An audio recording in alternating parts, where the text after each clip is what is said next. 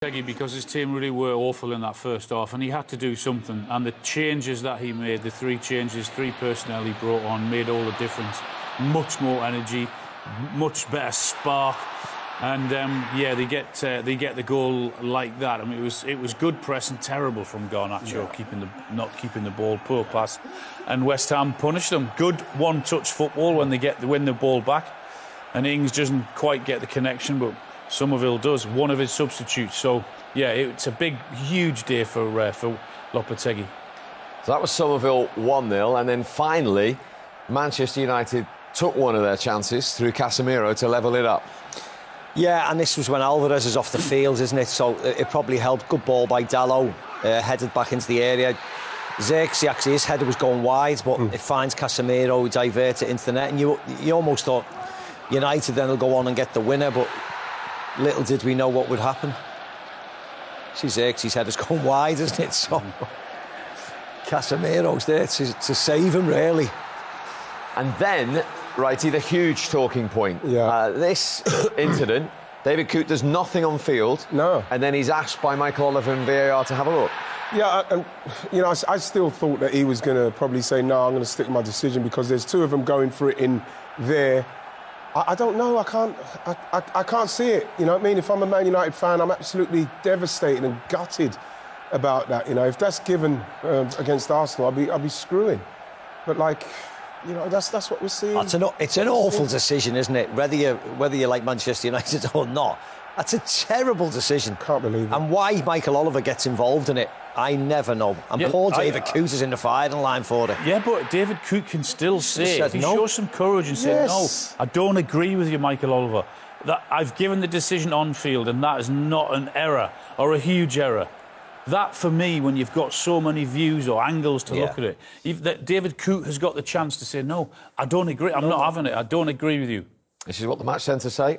The referee did not award a penalty to West Ham for a challenge by de Ligt on Ings. The VAR then deemed was sufficient contact on Ings' lower leg and recommended an on-field review. The referee overturned his original decision and awarded a penalty. I mean, that is one point, Alan. The other question is, we know VAR, as Howard Webb keeps telling us, is there for clear and obvious howlers. Yes. I mean, is that anywhere near that category? Nowhere near. No. Nowhere near. And what will happen is Erik ten Hag and all his players will be absolutely raging. He'll do the interview after the game and he'll be blaming that on the result.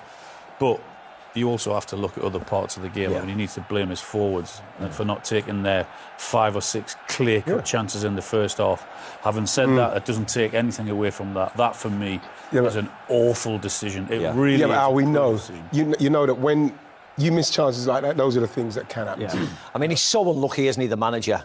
Yeah. You know, all the chances they've missed in the first half, then they get back in the game and then that gets awards against them. It's not about the manager today, is it? Well, of course it's not about the manager, but the buck stops with the manager in the end.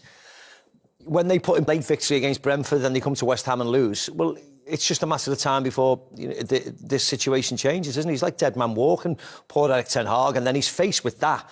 He picks his best team out and they contrive to miss chance after chance after chance. And then someone who's sitting in a booth somewhere gives him a penalty. I mean, it was an awful decision.